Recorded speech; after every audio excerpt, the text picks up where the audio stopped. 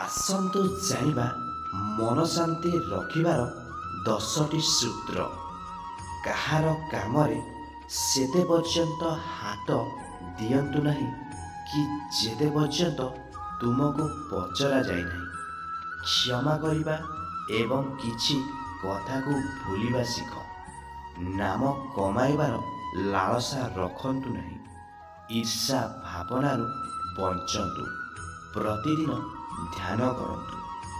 ଯାହା କେବେ ବି ବଦଳି ପାରିବ ନାହିଁ ତାହାକୁ ସହ୍ୟ କରିବା ଶିଖନ୍ତୁ।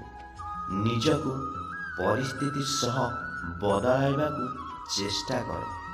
ଯେତିକି ହିଁ କାଟନ୍ତୁ ସେତିକି ଚୋବାଇ ପାରିବେ, ଅର୍ଥାତ୍ ଯେତିକି କାମକୁ ହାତକୁ ନିଅନ୍ତୁ ସେତିକି ପୂର୍ଣ୍ଣ କରିବାର କ୍ଷମତା ଥିବ।